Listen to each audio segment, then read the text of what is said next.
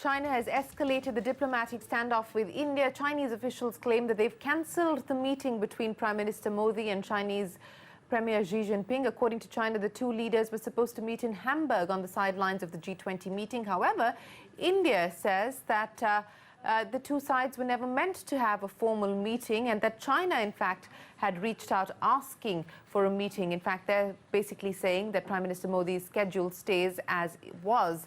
Remember, India and China have had a bitter standoff ever since the Indian army stopped Chinese troops from building a road in the Dokla region on the border tri-junction with Bhutan. Joining us now to take this conversation forward, Singh, former diplomat, and Abhijit Iyer, Mitra, senior fellow at the Institute of Peace and Conflict Studies. Ambassador Singh, thanks very much for joining us. And Abhijit, good to have you back on the program. Let me start by asking you, Ambassador Singh, we were hoping that perhaps there would have been some sort of a de-escalation, but no indication of that, at least not as of now. In fact, things worsening ahead of the G20 meeting.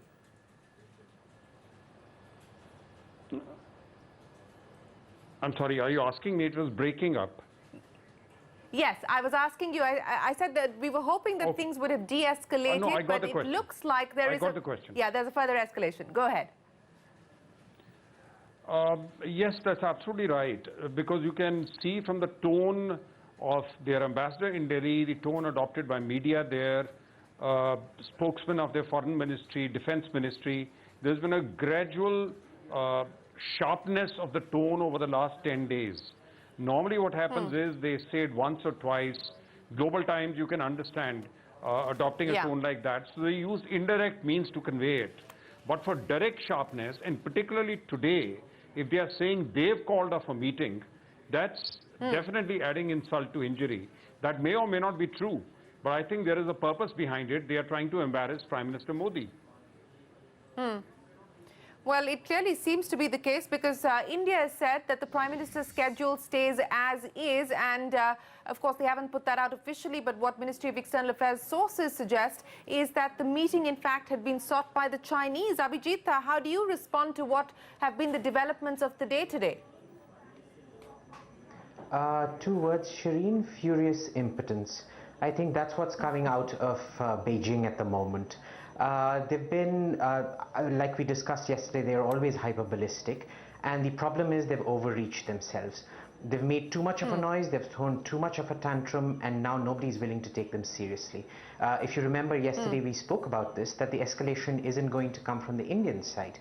It's going to come from the Chinese side. And today that's exactly what they've gone and done, which is escalated it. And look at the reaction from the foreign ministry. It's complete nonchalance, irrelevant, and dismissed it with the contempt it deserves.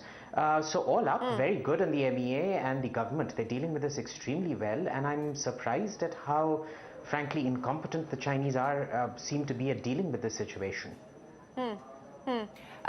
Would you think that there's something strategic about this alleged incompetence that Abhijit is talking about, Ambassador Singh? Because the way that China is reacting, and we just spoke about whether it's the Chinese ambassador here in India or their media, the sharpness, the terseness with which China is reacting, what could be the purpose behind this, overreaction, as Abhijit calls it? You see, either it is something that they were doing at the border, which they've not been entrapped to support it and they can't step back, or it's something deeper because there is a switch in the mood of President Trump. Ever since their student came back and died, North Korea continues to test more and deadlier missiles. The US tone has sharpened vis-a-vis China, almost as Chinese tone is sharpening vis-a-vis India. And also the joint statement of June 26, Indo-US joint statement, very clearly there is China looming in the background. It's a very sharp statement, and it's adopting many of the arguments that India has taken up. Sovereignty issue where BRI is concerned, viability, financial viability of Belt and Road. Now those are initiatives which President Xi has endorsed. Those are his babies. So after we kind of poke him in the eye, I would imagine he would react. And of course, there was plenty of heritage issues. How much do you think, Abhijit, this has to do with the United States of America and the Modi-Trump meeting and the joint statement? If you also look at the tweets that came in from President Trump yesterday on North Korea, saying that, look, we decided to give China a chance, but guess what? Trade between North Korea and China up 40% in the first quarter, and why should we do deals with them? You know, how much of this do you think the Chinese response, or tantrum as you call it, has to do with the recent joint statement and meeting between President Trump and Prime Minister Modi? A lot actually, but nothing the Chinese ever do is monocausal. So like Ambassador Singh said, some of it has to do with Obor, but a lot of it also has to do with, they wanted to send a message to us to say, well, don't cozy up to the Americans. And they wanted to send a message to the Americans as well to say, well, you know what, we can threaten India and there's nothing you can do about it. The point is, which they don't realize, and this is why they've overreached, is that all India has to do is stare them down, and all America really has to do is send out a few threatening tweets. President Trump has to send out a few threatening tweets. Well, not threatening, but not exactly friendly tweets. And now they end up looking with egg on their face, I'm sorry to say. But what's interesting about this entire dynamic is how it's actually pulling China down a peg.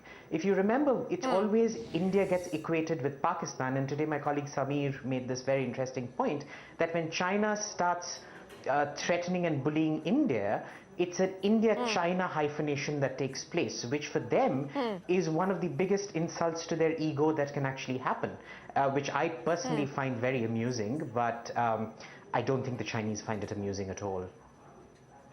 So Ambassador Singh, before we end, so far the Indian response has been calibrated, has been measured. Do you believe that we should continue in the same fashion, just stare down the Chinese, as Abhijit said? Yes, it doesn't help provoking them further. And let's see how G20 goes. Because, you know, you can't rely on President Trump either. He may just be walking hand in hand with Xi there in Hamburg. So, you know, Trump it depends which side of the bed he's got up in the morning. And he may be using this thing to get something else out of the Chinese. So we should not assume the Chinese are Americans are in a corner. But at the same time, we should be prepared to sort of stand eyeball to eyeball without provoking, but showing to the Chinese that we also have red lines. We also have sovereignty and red line issues, and they can't walk all over India. Well, they can't walk all over India. That's the message here coming in from our panel. Ambassador Singh and Abhijit, thanks very much as always for joining us here on CNBC TV 18 to discuss the developments of the day in the India-China standoff.